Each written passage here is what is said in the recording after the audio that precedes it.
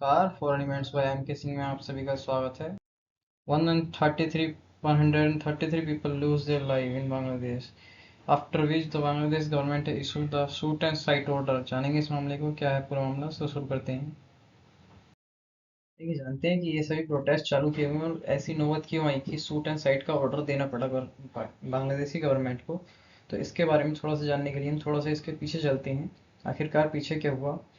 तो जिस प्रकार से हमारे देश में आरक्षण की सुविधा दी गई है ताकि पिछड़े या फिर कुछ किन्हीं कारणों के लिए पिछड़े लोगों के लिए उनको आगे लाया जा सके, सोसाइटी में उनका भी भागीदारी बन सके, इसके लिए आरक्षण की सुविधा की गई है। उसी प्रकार से बांग्लादेश में भी बांग्लादेशी गवर्नमेंट ने आरक्षण की सुविधा दी गई है, जिसमें यदि हम देखें तो ग्रीन पार्ट 30% या 35% पार्ट जो है इसमें फ्रीडम फाइटर्स के चिल्ड्रंस के लिए, एंड ये 40% जो हम डाका ब्लू पार्ट देख पा रहे हैं ये मेरिट बेस्ड, जिसमें कि आरक्षण नहीं, जो मेरिट बेस्ड एडमिशन होंगे, जॉब्स दी जाएंगी गवर्नमेंट जॉब्स के लिए।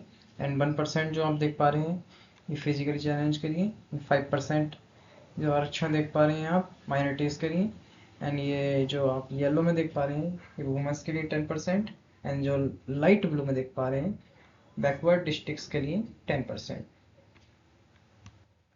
कुछ इस प्रकार से इससे पहले, प्रोटेस्ट से पहले कुछ इस प्रकार की आरक्षण की व्यवस्था थी बांग्लादेशी गवर्नमेंट जॉब्स के अंदर, सरकारी नौकरियों के अंदर। लेकिन 2018 के आसपास बांग्लादेश में क्या होता है कि जिस प्रकार के प्रोटेस्ट अभी चल रहे हैं उसी प्रकार के प्रोटेस्ट बांग्लादेश में होते हैं 2018 के आसपास। किस लिए होते हैं प्रोटेस्ट, आपका एक क्वेश्चन होगा। तो इसका जवाब होता है कि इसलिए प्रोटेस्ट होते हैं कि क्योंकि ये लोग चाहते थे कि ये जो इसमें इतना सारा आरक्षण दिया गया है उसको कम किया जाए या तो उसको ख़त्म किया जाए। और ये प्रोटेस्ट इतने मास स्केल पर होते हैं जिसके बाद जो हायर कोर्ट होता है बांग्लादेश का वो आरक्षण को पूरी तरह से समाप्त कर देता है। जी हाँ, गवर्नमेंट जॉब्स के अंदर सभी प्रकार के आरक्षण को वो समाप्त कर देता है। अब आपका एक क्वेश्चन होगा, तो ठीक है फिर ये तो बहुत पहले 2-3 साल पहले ये हो चुका है, जिसमें आरक्षण भी समाप्त कर दिया गया है जो कि उनके लोग चाह रहे थे, तो अब ये सारे प्रोटेस्ट क्यों हो रहे हैं। तो इसका जवाब देते हैं कि उसके बाद गवर्नमेंट अब फिर से कुछ आरक्षण को उतनी मात्रा में नहीं लेकिन कुछ कम मात्रा में, इसमें वुमेंस के लिए और अदर जो फिजिकली स्पेशली एबल्ड लोगों के लिए, फिजिकली हैंडीकैप्ड लोगों के लिए, इन सभी लोगों के लिए या फिर माइनॉरिटीज़ के लिए कुछ आरक्षण लेकर आना चाहती थी। इसके बाद बांग्लादेश के अंदर एक मैसिव प्रोटेस्ट स्टार्ट हो जाता है।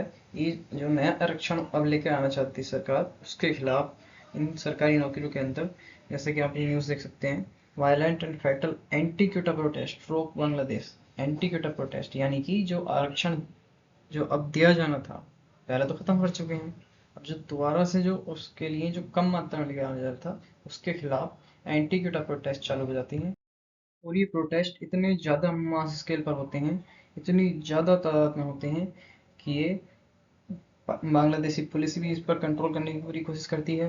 बांग्लादेशी सुप्रीम कोर्ट भी इस पर पूरी तरह से डिमांड करता है कि प्रोटेस्ट को रोका जाए।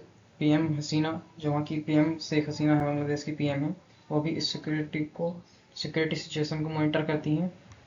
और इसमें अनेकों लोगों की जान जाती हैं, पत्थरबाजी की जाती है, आगजनी की जाती है, अलग अलग प्रॉपर्टीज़ को नुकसान पहुँचाया जाता है और एक सिविल अनरेस्ट जैसा माहौल बन जाता है पूरे बांग्लादेश के अंदर।